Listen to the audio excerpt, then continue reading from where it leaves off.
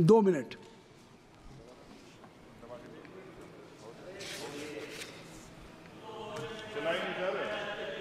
हो गया, ऑन हो गया। आप बोले। माननीय सभापति जी, आखिरी तक कर दिया है आपने। मैं तो 3.5 घंटे से इंतजार कर रहा हूँ। सौभाग्यशाली आपको अवसर मिल गया। प्रेमचंद आप चेयर पे बैठे और अवसर ना मिले, ये तो फिर ये तो बहुत धन्यवाद। आप तो नए मेंबर्स के लिए अवसर पैदा करते ही हैं सर। सबसे पहले तो मैं पेरिस ओलंपिक खेलों में जाने वाले सभी खिलाड़ियों को आपके माध्यम से, सदन के माध्यम से बधाई देता हूं, मंगल कामनाएं करता हूं और सरकार का ध्यान में इस तरफ आकर्षित करता हूं कि अनुसूचित जाति, जनजाति और पिछड़े वर्ग के खिलाड़ियों के प्रतिनिधित्व पे भी उनको ध्यान देना चाहिए। हम ग्रामीण अंचल से आते हैं। ग्रामीण क्षेत्रों में ना तो स्टेडियम है, ना स्पोर्ट कॉलेज है, ना यूनिवर्सिटियां हैं और प्रतिभा का कोई मोल ही नहीं है सर। हम खुद अच्छे खिलाड़ी थे मगर अवसर ही नहीं मिला। अब यहाँ आने में भी बहुत समय लगा, सड़कों पे संघर्ष करना पड़ा। इसलिए मेरा आपसे आग्रह है कि इन वर्गों का प्रतिनिधित्व बढ़े, इसके लिए सरकार को योजना चलानी चाहिए। अभी क्या योजना है उसमें? आपकी स्पीच तक सदन की कार्रवाई बढ़ाई जाती है। आपकी स्पीच तक सदन की कार्रवाई चलेगी। 6 बज रहा है।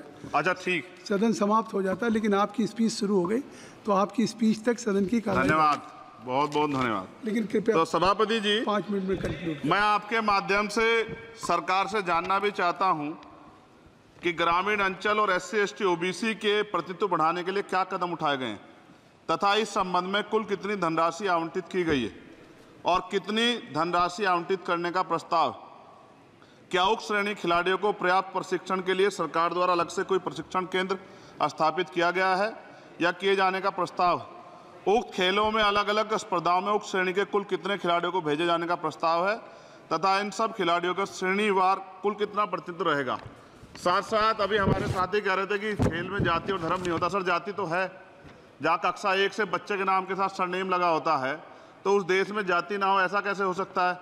जाति के आधार पर मेरे आज भी याद है, हिमा दास जब मेडल लेके आई थी तो सबसे पहले उसकी जाति सर्च की गई थी।